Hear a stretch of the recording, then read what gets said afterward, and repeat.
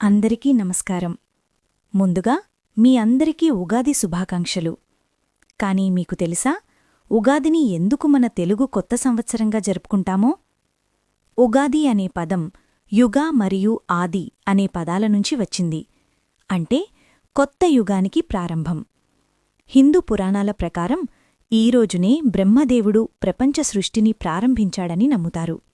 అందుకే ఉగాది కొత్త ప్రారంభాలకు ప్రతీకగా భావిస్తారు. ఉగాది రోజు ఉదయం మన ఇళ్లల్లో పండుగ వాతావరణం కనిపిస్తుంది. ఉదయం తొందరగా లేచి అభ్యంగన స్నానం చేస్తారు. నూనె రాసుకుని స్నానం చేయడం శరీరానికి ఆరోగ్యాన్ని మరియు మనస్సుకు పవిత్రతను ఇస్తుందని నమ్ముతారు. ఇంటి ముందు అందమైన రంగవల్లులు వేస్తారు. తలుపులకు మామిడి ఆకులతో తోరణాలు కడతారు. మామిడి ఆకులు శుభం మరియు ఐశ్వర్యానికి ప్రతీకగా భావిస్తారు. ఇవి ఇంటికి శుభాన్ని తీసుకువస్తాయని పెద్దలు చెప్తారు. తర్వాత దేవుని ముందు దీపం వెలిగించి కుటుంబ సభ్యులంతా కలిసి పూజ చేస్తారు. కొత్త సంవత్సరం అందరికీ శుభంగా ఉండాలని ప్రార్థిస్తారు. ఉగాది రోజున మరో ముఖ్యమైన సాంప్రదాయం పంచాంగ శ్రవణం. ఈరోజు పండితులు కొత్త సంవత్సరానికి సంబంధించిన పంచాంగాన్ని చదివి వినిపిస్తారు. పాతకాలంలో గ్రామాల్లో అందరూ కలిసి పంచాంగ శ్రవణం వినేవారు. ఇదొక అందమైన సామూహిక సాంప్రదాయం. ఉగాది పండుగలో అత్యంత ప్రత్యేకమైనది ఉగాది పచ్చడి. ఈ పచ్చడిలో 6 రకాల రుచులు ఉంటాయి: తీపి, చేదు, పులుపు, కారం, ఉప్పు, వగరు.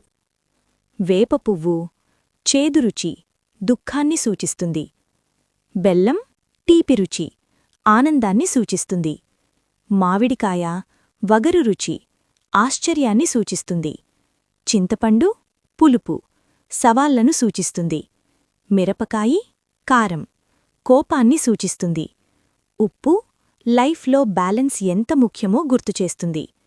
జీవితంలో ఆనందం మాత్రమే కాదు, కష్టాలు, సవాళ్లు, ఆశ్చర్యాలు మరియు బాధలు కూడా ఉంటాయి. ఈ అన్ని అనుభవాలను సమానంగా స్వీకరించి ముందుకు సాగాలి అని ఉగాది పచ్చడి మనకు గుర్తుచేస్తుంది.